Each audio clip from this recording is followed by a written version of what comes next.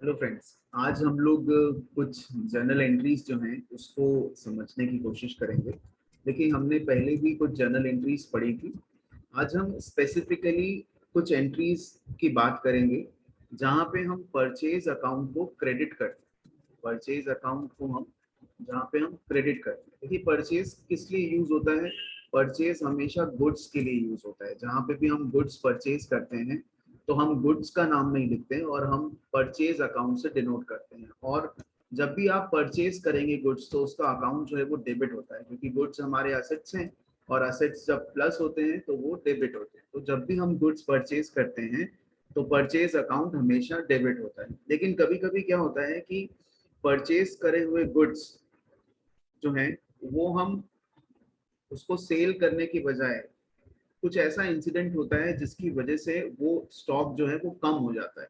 वो जो गुड्स हैं वो कम होते हैं और उस समय हमें उसकी परचेज प्राइस जो है उसी का ध्यान देना पड़ता है। अब ये कौन कौन से इंसिडेंट होते हैं, जैसे मैं आपको कुछ एंट्रीज लिख के बताता हूँ। जैसे सबसे पहले loss by fire. Second entries में goods given as charity.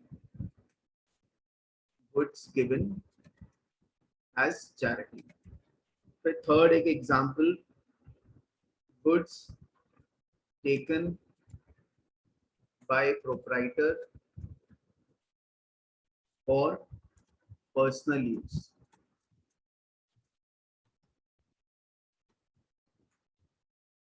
Then goods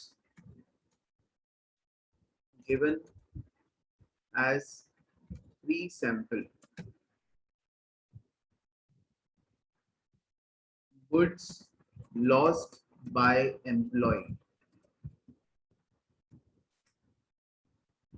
ये कुछ ऐसे इंसिडेंट हैं जहां पे जो परचेज किया हुआ स्टॉक है उसकी वैल्यू जो है वो कम हो रही है।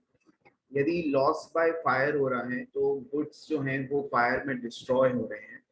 यदि हम गुड्स को एज अ चैरिटी किसी को दे रहे हैं, यदि गुड्स जो है वो प्रोप्राइटर अपने पर्सनल यूज के लिए ले जा रहा है, जैसे एक मोबाइल की शॉप है और वो अपने ही लिए अपने घर के लिए एक मोबाइल लेके चला गया अपनी शॉप से, तो उसके पास जो मोबाइल फोन्स थे सेल करने के लिए उसमें से एक गुड्स कम हो गया। गुड्स हमने फ्री सैंपल की तरह डिस्ट्रीब्यूट कर दिए या गुड्स किसी एम्प्लॉय ने जो लॉस्ट कर दिया। इन सब सर्कमस्टांसेस में जो गुड्स हैं उसकी परचेज कॉस्ट की जितनी वैल्यू होती है वो हमारा लॉस होता है। जैसे हमने कोई चीज 100 रुपीज में परचेज करी, अब उसको हम सेल करते हैं 105 रुपीज में मार्केट में। 5 रुपीज हम अपना प्रॉफिट अर्न करते हैं। लेकिन जब वही गुड्स लॉस बाय फायर हो जाए तो वो गुड्स जल के खराब हो गए, हमारा कितना नुकसान हुआ? हमारा उतना नुकसान हुआ जितने में हमने उसको परचेज किया था, ना कि हम उसको जितने में सोल्ड करें। तो हमारा जो एक्चुअल कॉस्ट जो लॉस्ट हुई है वो उसकी परचेज प्राइस से डिनोट करती है। गुड्स यदि हमने फ्री सैंपल में दे दिए तो भी हमारी परचेज वैल्यू जो है वो उतने की वैल्यू जो है वो एज अ फ्री सैंपल की तरह डिस्ट्रीब्यूट हो जाती है, जो हमें एडवर्टीजमेंट की तरह काम आती है।